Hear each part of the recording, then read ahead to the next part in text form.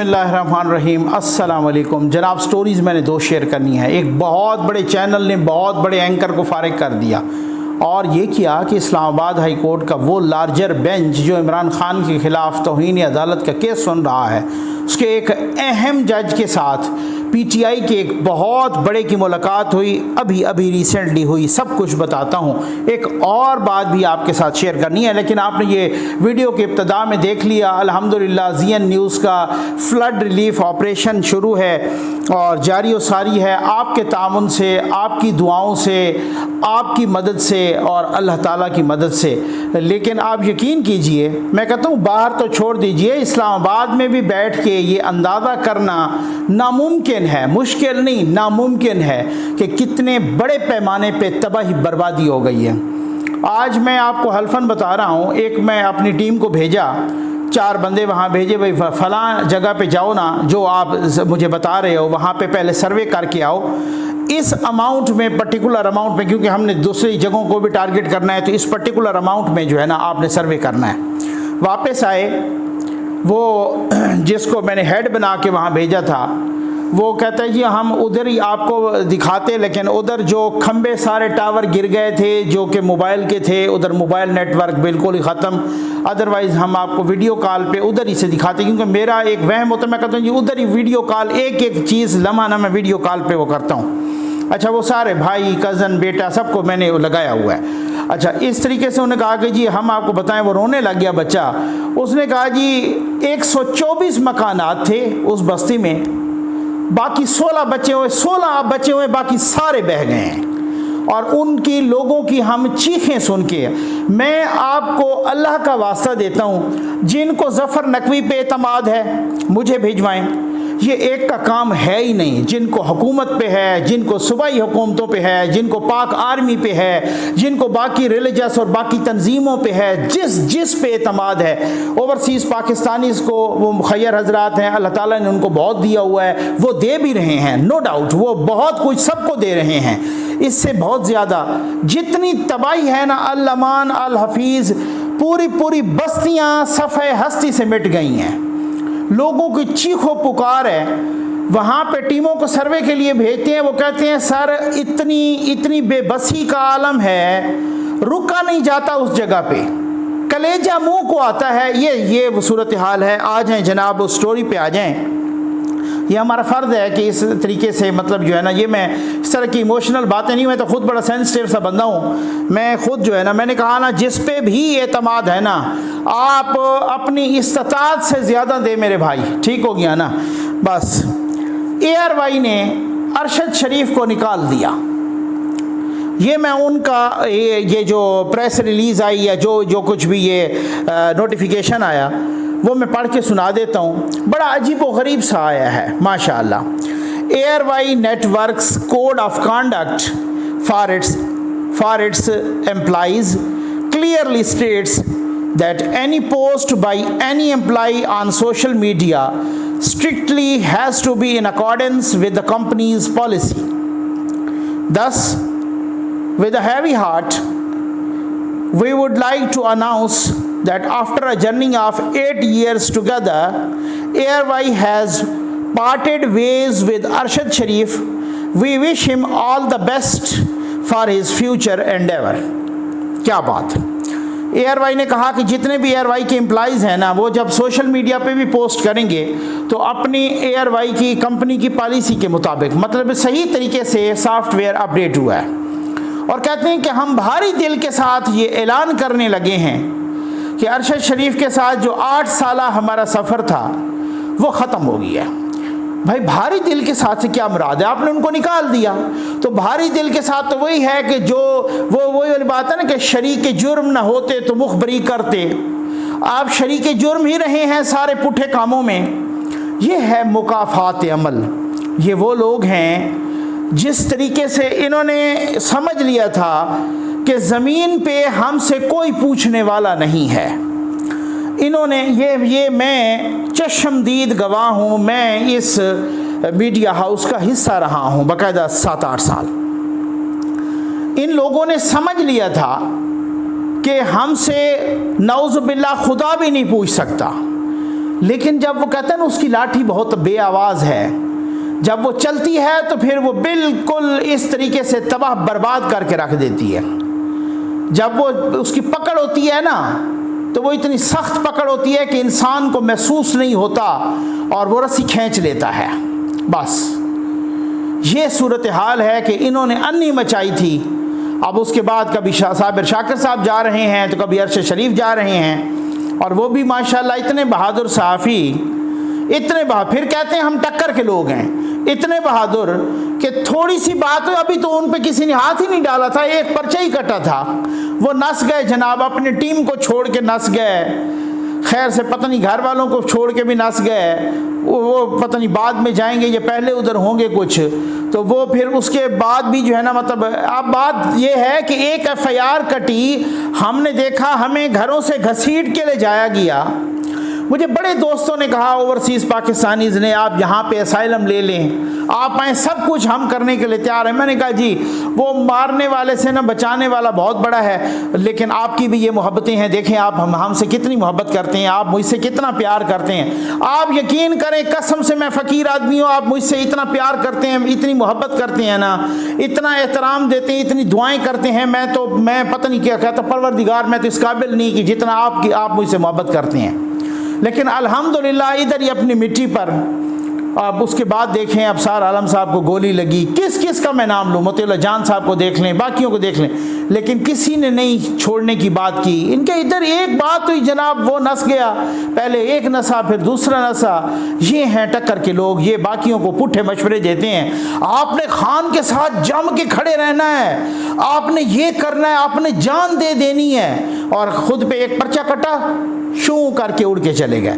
आज है, मुझे पता है आपको जिस स्टोरी का इंतज़ार है उस स्टोरी का मैं आपको बताता हूँ। इस्लामाबाद हाई कोर्ट का लार्जर बेंच जो कि इमरान खान साहब का केस सुन रहा है, उनको दोबारा मौका दिया गया कि जी आप दोबारा जमा करवा दो जवाब, हम आपके जवाब से सेटिस्फाइड नहीं हैं। वे सेटिस्फाइड नहीं हैं तो आप माज़रत के साथ कानून के मुताबिक कार्रवाई करें।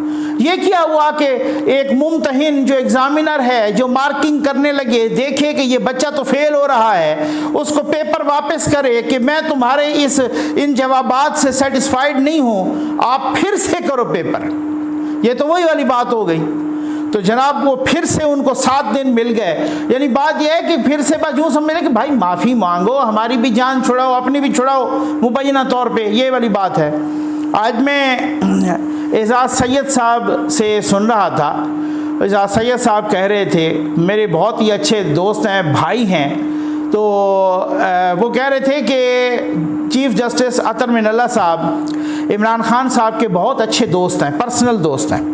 अच्छा खैर पर्सनल दोस्तियाँ होती हैं, इसमें ऐसी क्या बात है, कोई जर्नैल का दोस्त होगा, कोई इसमें मतलब रिश्तेदारियाँ भी होती हैं, दोस्तियाँ भी होती हैं, इसमें ऐसी कौन से, वो पहले वकील थे, उसमें कोई ऐसी बात नहीं। लेकिन जो अगली बात उन्होंने की ना, उन्होंने कहा कि चीफ़ जस्टिस अतर मिनल्ला साहब जब इमरान खान साहब वज़ीर आज़म थे तब भी उनसे मिलते थे, मुतअद्दिद बार वो कॉल्स पे भी मिलते रहे, फ़ोन कॉल्स पे, और वैसे भी मिलते रहे। ये बात मेरे लिए बड़ी अलार्मिंग थी कि भाई एक चीफ़ एग्जेक्टिव, एक वज़ीर आज़म, एक इस्लामाबाद हाई कोर्ट के चीफ़ काजी से किस हैसियत में मिल रहा है, क्यों मिल रहा है, क्यों फ़ोन पे बात कर रहा है, यही तो बात है। मुझे याद है कि चीफ़ जस्टिस अतर मिनल्ला साहब ने एक बात की कि जी बात यह है कि एक दफ़ा हम बाहर गए तो हमने देखा कि उसी होटल के बाहर बहुत कीमती गाड़ियों की ऑक्शन लगी हुई थी, या वहाँ पे नुमाइश लगी हुई थी, एग्ज़िबिशन थी, जो भी था। तो हमने भी बैठ के उसमें से उस एक गाड़ी में फ़ोटो शोटो खिंचवा ली। तो इन लोगों ने सोशल मीडिया पे की कि जनाब ये देखें, इनको पता नहीं फ़लाँ सियासतदान इनको गाड़ी इतनी कीमती दी है, ये वो इस तरीके से। तो आप जब इतनी एहतियात करते हैं साहब, तो ये क्यों कर रहे थे कि एक वक्त के वज़ीर आज़म से, चीफ़ एग्जेक्टिव से चीफ़ जस्टिस मिल रहे हैं बार बार मिल रहे हैं, मिले हैं कुछ वज़राए आज़म से, लेकिन वो प्रॉपर एक तरीक़ाकार जो कोड ऑफ कंडक्ट है उसके तहत मिले हैं। वो बाकायदा अनाउंसमेंट, ये यूसुफ रज़ा गिलानी साहब चले गए थे वहाँ पर इफ्तिखार चौधरी साहब के पास, शायद खाकान अब्बासी साहब भी गए थे बाब रहमते के पास, लेकिन वो जो तरीक़ाकार है उस तरीक़ाकार के तहत गए थे। ये तो नहीं है कि अगर दोस्तियां हैं भी सही तो उसमें तो बहुत ही एहतियात करनी चाहिए। और ये तो मेरे लिए तो बहुत बड़ी, मेरे लिए इससे भी बहुत बड़ी बात है कि एक पीटीआई के, मैं ज़िम्मेदारी के साथ बता रहा हूँ, ऐसी बात नहीं है, क्योंकि ऐसी बात बहुत सेंसिटिव बात होती है, इस तरह की बात नहीं है। मैं अब भी उसमें बहुत कुछ अपने पास रोक के रख रहा हूँ। पीटीआई के एक बहुत बड़े रहनुमा हैं, बल्कि सेनेटर भी हैं, बस इससे आगे नहीं बताऊँगा। वो साहब अभी 2 दिन पहले लार्जर बेंच के अहम जज या अहम तरीन जज उनके साथ मिले हैं, बस। इससे ज़्यादा मैं नहीं कहूँगा। इससे ज़्यादा मैं एक और बात आपको बताऊँगा। वो क्यों मिले हैं भाई? ये वही साहब हैं गालिबन नहीं बल्कि यकीनन, कि जो 2014 के धरने के दौरान भी उस जज साहब से बार बार मिलते रहे। ठीक, अच्छा। दूसरी बात, इसी लार्जर बेंच के एक दूसरे जज साहब हैं जो कि पीटीआई के एक और रहनुमा हैं और एमएनए भी, पता नहीं आप वो अपने आप को अभी तक एमएनए कहते हैं या नहीं कहते, उनका ताल्लुक़ भी खैबर पख्तूनख्वा से है। उनके साथ उनकी बहुत करीबी रिश्तेदारी है। ये इस तरह से मैं नहीं कह रहा, ठीक है। अब मसला ये है कि यहाँ पर जब इस तरह से होगा कि उनको, क्या मेरा एक सवाल है कि क्या दानियाल अजीज़ साहब को, तलाल चौधरी साहब को, निहाल हाशमी साहब को, इन लोगों को कहा गया था फिर सोच के जवाब बना के आओ? इन्होंने तो बेचारों ने गैर मशरूत मुआफ़ी मांगी थी और बाब रहमते ने या बाब ज़हमते ने वो रिजेक्ट कर दी थी, वो मुआफ़ी भी। अब देखते हैं ना कि उस उसूल को मद्देनज़र रखा जाता है। इमरान खान साहब एक मरतबा पहले भी तौहीन अदालत कर चुके हैं, इनको वार्न किया जा चुका है। इफ्तिखार चौधरी साहब के ज़माने में इन्होंने कहा था कि इलेक्शन कमीशन का और जुडिशरी का जो रोल है 2013 में वो शर्मनाक रोल है। इफ्तिखार चौधरी साहब ने बुला लिया, जाके इन्होंने वहाँ पर मुआफ़ी मांगी थी। बाहर आके कहा कि मुझे क्या पता, मैं इसका क्या मतलब है, शर्मनाक को गाली है। लेकिन वहाँ पे रिटन माफ़ी मांग के आए थे। उन्होंने वार्निंग दी थी कि आइंदा मुहतात रहना, आइंदा वही शर्मनाक भी इस्तेमाल किया, शर्म करो, मैं तुम्हें नहीं छोड़ूंगा। ये उस जज को भी धमकी दे रहे हैं, आईजी को भी धमकी दे रहे हैं, डीआईजी को भी धमकी दे रहे हैं, इन सारों को धमकी दे रहे हैं और ये कह रहे हैं कि शर्म करो। और वो वार्निंग पहले मिली हुई है, दोबारा तौहीन अदालत। तो आप देखते ये हैं कि 8 सितंबर को क्या अपनी लोअर जुडिशरी की इज़्ज़त बचाते हैं या फिर दफ़ा दोस्ती आड़े आती है या हावी आ जाती है। क्योंकि वो जो केसेस पड़े हैं, जो बाब ज़हमते ने सारे केसेस बना के दिए, तलाल चौधरी, निहाल हाशमी, दानियाल अजीज़, इन सब को जिस तरीके का रगड़ा पिलाया, और वो तो प्रेसिडेंट हैं, सुप्रीम कोर्ट की प्रेसिडेंट तो हाई कोर्ट पे बाइंडिंग होती है। अब देखते हैं वो क्या होता है, ये क्या सूरत हाल। क्योंकि इन्होंने तो ये सोचा था ना भाई, आज इनको तो ख्याल ही नहीं था ना कि चिराग सबके बुझेंगे, हवा किसी की नहीं, ठीक है ना। मैं आज जद पे अगर हूँ तो खुशगुमा ना हो, चिराग सबके बुझेंगे, हवा किसी की नहीं। लेकिन उस वक़्त तो ये पता नहीं किस तमकनत में थे, किस गुरूर में थे, वो ख्याल ही नहीं था। इन्होंने कहा हम तो, हमारा तो कदम ही ज़मीन पे नहीं आ रहा इनको फारे करने का। आप यकीन कीजिए, जिनको फारे किया उसके बाद इनके सर पे जो फैज़ आलम था, किन किन को फारे करने का प्लान था, पूरे सिस्टम की इनके मुताबिक ओवरहालिंग का प्रोग्राम था। फ़लाँ जज को उड़ा दो, फ़लाँ चीफ इलेक्शन कमिश्नर को उड़ा दो, फ़लाँ सियासतदानों को उड़ा दो, यूँ फ़िरौन बनने का प्लान था। तो फिर आपको पता है कुछ प्लान को ऊपर तहस नहस करने वाला भी है ना, उसने किस तरीके का तहस नहस किया है। आज कभी एक अदालत में तो कभी एक अदालत में, कभी उनके दर कभी इनके दर, कभी दर बदर ये खान साहब घूम रहे हैं। वो तो नवाज शरीफ थे ना कि जो सब्र के साथ बेटी के साथ आके जनाब पेशियाँ 200 पेशियाँ, ये तो एक पेशी लगी बाबरवान जाके मिन्नते तरले कर रहा होता। आज भी मिन्नते तरले की जनाब कीजिए बेल चाहिए। वो जज ने कहा कि नहीं बेल नहीं चाहिए, उनको कहें आओ अदालत में आओ तब बेल मिलेगी।